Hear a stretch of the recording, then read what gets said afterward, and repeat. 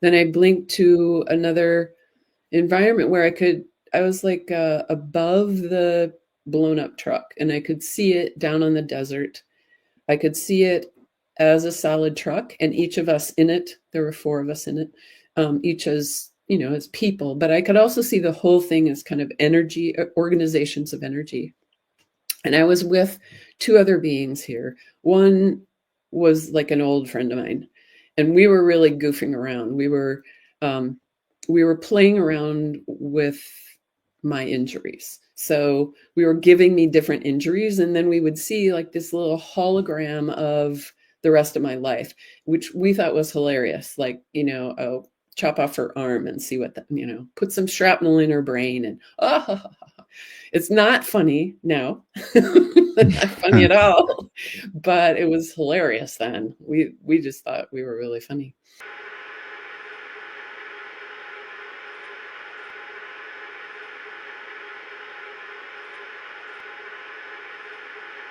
And eventually just chose the injuries that I wanted or needed for the experiences that I wanted.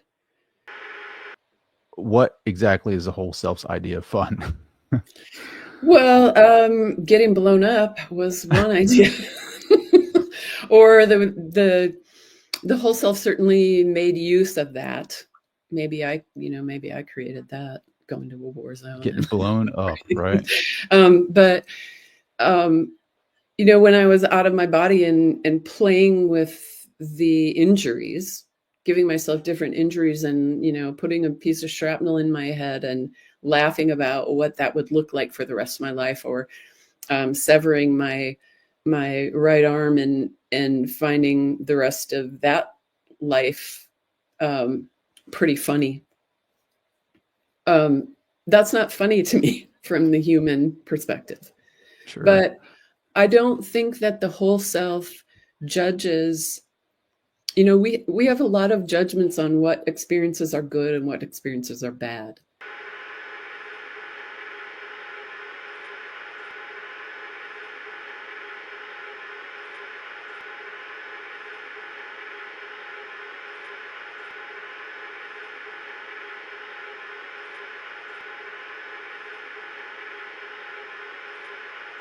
I am sensitive to the feelings of clients whom I know to be in the early stages of development.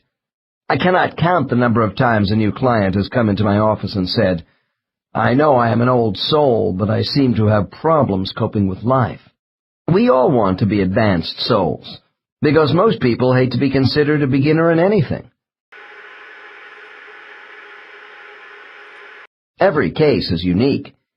There are variables within each soul's character, individual development rate, and the qualities of the guides assigned to them. I see my task as offering interpretations of what subjects report to me about the progression of their souls. I have had many cases where a client has been incarnating for up to 30,000 years on Earth and is still in the lower levels of 1 and 2.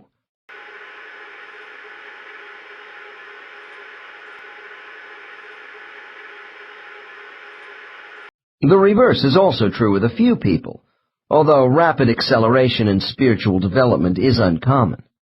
As with any educational model, students find certain lessons more difficult than others. One of my clients has not been able to conquer envy for 850 years in numerous lives.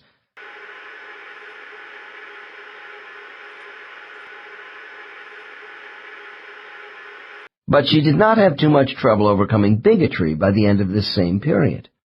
Another has spent nearly 1,700 years off and on, seeking some sort of authoritative power over others. However, he has gained compassion.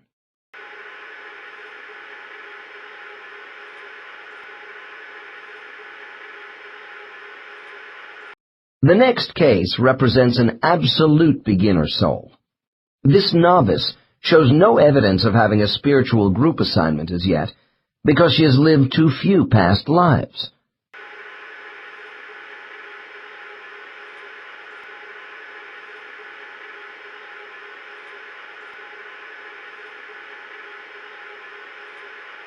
In her first life, she was killed in 1260 AD in northern Syria by a Mongol invasion. Her name was Shabez, and her settlement was sacked, resulting in a terrible massacre of the inhabitants when she was 5 years old. Case 20. Dr. N. Shabez, now that you have died and returned to the spirit world, tell me what you feel. Subject shouts, cheated! That life was so cruel! I couldn't stay. I was only a little girl unable to help anybody. What a mistake. Dr. N. Who made this mistake? Subject, in a conspiratorial tone. My leader. I trusted his judgment, but he was wrong to send me into that cruel life. Hear that? How much you need to hear? I mean, that one is right in your face. Let's just rewind, just briefly. Cheated. That life was so cruel. So cruel. I couldn't stay. I was only a little girl unable to help anybody. A little What girl. a mistake. Unable to help. Dr. N. Who made this mistake? Subject, in a conspiratorial tone. My leader. I trusted his judgment. You notice how he threw in the conspiratorial tone? That's interesting wording, isn't it?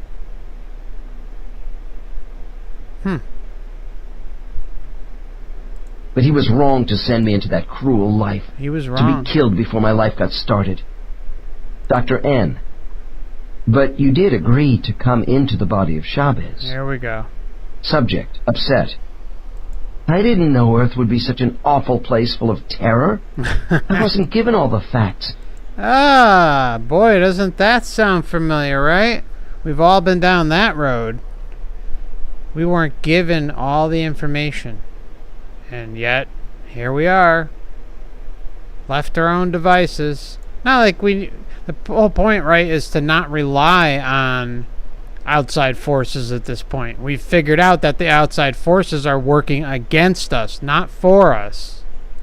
The whole stupid life was a mistake, and my leader is responsible. Responsible. Basically, I've always remembered what I thought when I was born. And and all of this was instantaneous. It was an awareness that was just there when I was born. And I wasn't happy, to be here again. I knew that I had to be. I knew that I had absolute knowledge on the other side. And I knew that I couldn't have absolute knowledge while I was here. And that really aggravated me. So I knew that I did not want to come here, but I knew that I had to, that I was told to. And so for those of us who remember how wonderful it is and the joy and the love, and I'll use the word bliss, how blissful it is. Yes, we're not questioning whether we have a choice or not. We're just so happy to be doing whatever it is we are to do. It all feels wonderful. It's not a chore. It's not like, oh, I have to do this paperwork. Right. It's a joy. Everything is a joy. It's just wonderful. Mm-hmm. So there's a huge group online right now that is having this conversation about free will and choice, and some people who are claiming that beings on the other side are taking advantage of the fact that we don't understand how difficult it's going to be here, and that they're coercing us into coming down here and getting caught in a soul trap. What would you say to those people? I would say that sounds like it's coming from the human perspective. They shouldn't have sent us here because it's so unpleasant and they didn't know. I just feel that's from the human perspective.